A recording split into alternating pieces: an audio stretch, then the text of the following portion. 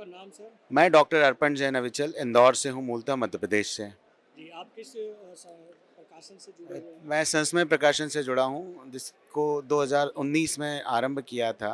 जी, इसका उद्देश्य हिंदी भाषा का प्रचार प्रसार है और वैश्विक रूप से हिंदी की उपस्थिति दर्ज करवाना है। एक गुणवत्ता युक्त किताबों को छापना तो मूल ध्येय रहता ही है, जी। सभी का है। अपने प्रकाशन से अब तक कितनी पुस्तकें सैकड़ों प्रकाशित? किताबें आ चुकी हैं, जिसमें राजकुमार कुंभत जी से लेकर रामदृश्य मिश्र जी, डॉक्टर पद्मा सिंह जी, लालित ललित और तमाम सारे लोग छपते रहे हैं यहाँ पर। जी, जी। क्या आप भी लेखक हैं? हाँ, मूलतः मेरा परिचय लेखक से ही है। पत्रकारिता विषयों पर और आलेख के साथ-साथ कविताएँ भी लिखता हूँ मैं। जी, जी, जी। आपकी कितनी पुस्तकें प्रकाशित मेरी हैं? कुल 15 किताबें आ चुकी हैं और इस मेले में अभी 2 किताबें आना है। एक डॉक्टर वेद प्रताप वैदिक हिंदी योद्धा जी, और दूसरी मनय बाल कविताओं का संग्रह। जी, जी। अर्पण जी, हम ये देख रहे हैं जब से हमारा एक भारत डिजिटल हुआ है, तब से बच्चों में, युवाओं में और वयस्कों में पढ़ने की क्षमता बहुत कम हो गई है। इस विषय पर क्या कहें? मैं इससे बहुत ज़्यादा सहमत नहीं हूँ कि पढ़ने की क्षमताएँ कम हुई हैं, बल्कि पढ़ने के माध्यम बदले हैं। जी, जैसे क्या होता है कि हमारी जो पीढ़ी थी, वो किताबों को सर पे रख के सोने की आदत वाली पीढ़ी रही है कि पढ़ते-पढ़ते हम किताबें सर पे रह जाती थी और सो जाती थी। अब जी, की जो पीढ़ी है, वो मोबाइल के साथ जी रही है, वो किंडल एडिशन पढ़ रही है, पीडीएफ्स पढ़ रही है। पढ़ने की क्षमताएँ बराबर है। अन्यथा अगर पढ़ने की क्षमताएँ कम होती, तो अध्ययन कहाँ से कमज़ोर हो जाता? कमज़ोर तो नहीं दिख रहा अध्ययन, अध्ययन कमज़ोर होना था, जबकि अध्ययन और उम्दा होते जा रहा है, वो खोजने की प्रवृत्तियाँ बढ़ गई है। पढ़ने के माध्यम ज़रूर बदल गए हैं। वो किताबों में अब पीडीएफ्स भी आ चुकी है, ऑडियो बुक्स भी आ चुकी है, वीडियो फॉर्मेट्स में भी लोग पढ़ने लगे हैं, सुनने लगे हैं, देखने लगे हैं। तो इस तरह अलग-अलग माध्यमों के साथ युवा जुड़ा हुआ है। अर्पण जी, आपने कहा कि ट्रेंड बदला है, हाँ, रूप बदले हैं पढ़ने के लेकिन लेकिन एक वर्ग ऐसा भी है जो टेक्निकल रूप से बड़ा कमज़ोर है। वो डिजिटल नहीं पढ़ पाता है, वो पीडीएफ नहीं पढ़ पाता हाँ। है। उसके माध्यम से डिजिटल आने से उनको नुकसान हुआ है, ऐसा मानते हैं आप? उनके लिए अभी भी किताबें हैं, मतलब प्रकाशक जो है वो पुस्तकें छापता है। जैसे बहुत सारे लोग आते हैं, जैसे इस पुस्तक मेले में कई बार लोग कहते हैं कि यार यहाँ पे समोसे बिक रहे हैं, यहाँ पे छोले बिक रहे हैं, पर किताबें भी बिक रही है जी, और किताबें अच्छी खासी संख्या में बिक रही है। तो मुझे लगता है कि हर वर्ग का अपना चुनाव है। जैसे जो लोग डिजिटली कमज़ोर हैं, वो किताबें खरीदते हैं, वो अखबार खरीदते हैं, वो मैगजीन्स खरीदते हैं, इनका भी तो भविष्य अच्छा है।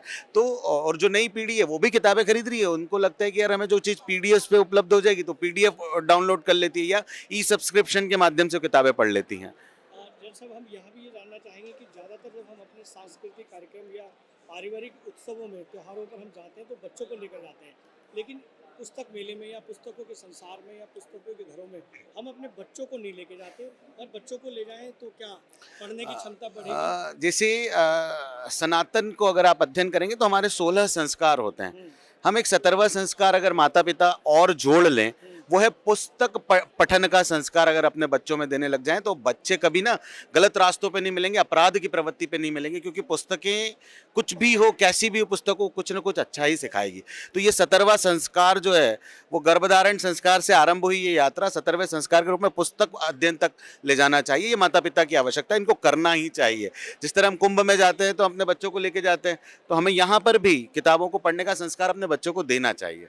आप उन अभिभावकों को क्या कहना चाहेंगे जो अपने बच्चों को किताबों से या ऐसे उत्सवों से जोड़ते नहीं हैं? देखिए, संस्कार यदि संस्कारों का ककहरा या बीजारोपण अपने बच्चों में आप करना चाहते हैं, तो पहले किताबों से जोड़िए, साहित्य से जोड़िए, संस्कृति से जोड़िए। अन्यथा दुर्भाग्य से आप अपने लिए भी एक वृद्धाश्रम बुक कर लीजिए, क्योंकि ये वही पीढ़ी होगी जो संस्कारहीन होगी, वो वृद्धाश्रम तक लेके जाएगी। क्योंकि किताब पढ़ने वाला बच्चा अपनी माँ को कभी बोझ समझकर वृद्धाश्रम नहीं छोड़ेगा। ये दावे के साथ कह क्या आप सकते मानते हैं कि वर्तमान में वृद्ध आश्रमों की संख्या बढ़ती जा रही है? हैं। निश्चित तौर क्या पर। ये 17वां जो आपने संस्कार बताया है, ये अगर हम अर्पित बच्चों में करते हैं, तो ये जो हमारे वृद्ध आश्रम है, वो कम हो सकते हैं? निश्चित रूप से आप समझिए कि आज़ादी के पहले 113 वृद्धाश्रम थे, उसमें से लगभग 60 से 70 कागज़ों पे थे।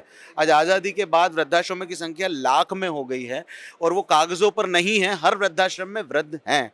तो 3-4 कारण मुख्य उनके, एक तो भाषाई संस्कार ना होना बच्चों में, जनरेशन गैप।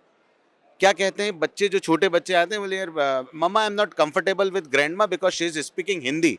और यहाँ से कहानी शुरू होती है और क्या होता है कि वो दादी जो है वो वृद्धाश्रम तक पहुँच जाती है। वही कारण है कि आपने बच्चों को पढ़ाया नहीं, संस्कार नहीं दिए, पढ़ने लिखने के संस्कार नहीं दिए, संस्कृति नहीं सिखाई, तो बच्चे फिर करेंगे क्या? दादी उनको बोझ लगने लगी। फिर वृद्धाश्रम खुले हैं, वो बेच देंगे अपनी दादी को और आप भी उसमें सहभागी। फिर आप अपने लिए ये मना नहीं बोल सकते कि आप जो बच्चे के सामने कर रहे हो कल बच्चा आपके साथ नहीं करेगा। आपने अगर अपने माता पिता को वृद्धाश्रम भेजा है तो आप तैयार रहिए कि आपको भी वो बच्चा वृद्धाश्रम भेजेगा। तो अपने बच्चों में किताबों के पढ़ने के संस्कार डालिए, नहीं डलेंगे वो संस्कृति से दूर हो जाएगा, संस्कारों से दूर हो जाएगा, तो निश्चित रूप से वो वृद्धाश्रम भरेंगे। जैन साहब, हम ये भी जानना चाहेंगे कि हमारे हिंदुस्तान में हिंदी दिवस मनाया जाता है, जिसे 14 सितंबर को मनाया जाता है। हमारी आज़ादी को 77 से 78 वर्ष हो चुके हैं। क्या वर्तमान में भी हिंदी दिवस मनाने की आवश्यकता है? ये बड़ा जटिल प्रश्न है। विगत कई वर्षों से और भारत की पहली पंचवर्षीय योजना से लेके अब तक जितनी भी पंचवर्षीय योजना आई है सबके सब में एक चीज़ बहुत सामान्य, सब कॉमन कहेंगे जिसको, वो है कि हिंदी का सरलीकृत रूप प्रस्तुत किया जाएगा, हिंदी का सरलीकरण किया जाएगा। हिंदी को क्लिष्ट बना बनाकर बच्चों से दूर कर दिया गया है। आज भी हिंदी समझाने की आवश्यकता पड़ रही है, हिंदी बताने की आवश्यकता पड़ रही है, जबकि ये भारत का प्रतिनिधित्व करने वाली भाषा है हिंदी। हमारी ज़ुबान, हमारी जो जीभ है, वो भाषा जो बोलती है वो हिंदी बोलती है। मातृकुल परिवेश की भाषा हिंदी है, पर हमने अंग्रेजी आज सब गुलामी के जो नाम है वो हटाए जा रहे हैं, तो फिर ये गुलामी की भाषा को क्यों लबादा ओढ़ के ओढ़ा जा रहा है? सरकारों को भी यह समझ में नहीं आ रही कि अंग्रेजों की गुलामी की भाषा है ये। अरे आप जिसको बोलते हो विश्व में बहुत प्रचलित है, विश्व में 7वें 8वें नंबर पे आती है अंग्रेजी, उससे ज़्यादा तो मैंडरीन बोलते, तो आप मैंडरीन क्यों नहीं सिखाते? अंग्रेजी से ज़्यादा तो लोग विश्व में फ्रेंच बोलते हैं, तो फ्रेंच क्यों नहीं सिखाते? आप अंग्रेजी का बोझ इसलिए डालते हैं क्योंकि आप अब भी गुलाम मानते हैं अपने आप को। तो हमें गुलामी की जंजीर और नज़ीर को तोड़ना होगा, तब तो हिंदी प्रचलित हो पाएगी। जैन साहब, क्या आप मानते हैं कि विशेष वर्ग है जो हिंदी को दबाना चाह रहा है, हिंदी को उभारना नहीं चाह रहा? इस विषय पर क्या? बिल्कुल है, क्योंकि वैश्विक दबाव जो है, देखिए विश्व का सबसे बड़ा बाजार भारत है। भारत के बाजार होने का कारण केवल लोग ही नहीं है, यहाँ की जो जनसंख्या है वो खरीदारी करती है। जब वैश्विक स्तर पे विश्व का सबसे बड़ा बाजार भारत होने के कारण भारत की भाषा को दबाया जाना वैश्विक ताकतों के लिए आवश्यक हो गया। अगर उन्हें अपना माल बेचना है, वो अंग्रेजी इसलिए ला रहे हैं क्योंकि अंग्रेजी में उनको आसान है बेचना, और जबकि ऐसा होता नहीं है। भारत में अगर आपको कोई माल बेचना है तो आपको हिंदी में ही बात करनी होगी। नहीं तो भारत के प्रधानमंत्री का चुनाव जब होता है तो चुनाव प्रचार अंग्रेजी में क्यों नहीं करते हैं? वो अगर ये बातें करते हैं कि अंग्रेजी बहुत बड़ी भाषा है या इस तरह की, तो फिर अपना चुनाव प्रचार अंग्रेजी में करें। वो नहीं कर सकते। वैश्विक ताकतों के साथ ये मिलकर षड्यंत्र रचा जा रहा है जो हिंदी को दबाया जाता है इस देश के अंदर। इस विषय में सरकार को कोई महती कदम उठाना चाहिए निश्चित ताकि रूप से इसको रोका जा सके। सरकार की दृढ़ इच्छा शक्ति की कमी और जिसको कहते हैं ना पॉलिटिकल विल कमजोर है, इस कारण से हिंदी को आज ये दुर्दांत दिन, दुर्भाग्य का दिन देखना पड़ रहा है। अन्यथा सरकार चाहेगी, जब आप 370 हटा सकते हैं, जो बरसों से लगी हुई धारा कलंक है आपके संविधान पर, वो हटा सकते हैं, तो ये राजभाषा क्यों नहीं? भारत की राजभाषा का कलंक धोइए ना। आज भी हिंदी को अपना मुकुट दीजिए, स्वाभिमान का मुकुट है हिंदी का, क्योंकि इस राष्ट्र का प्रतिनिधित्व विश्व में अंग्रेजी से नहीं हो सकता, हिंदी से ही होगा।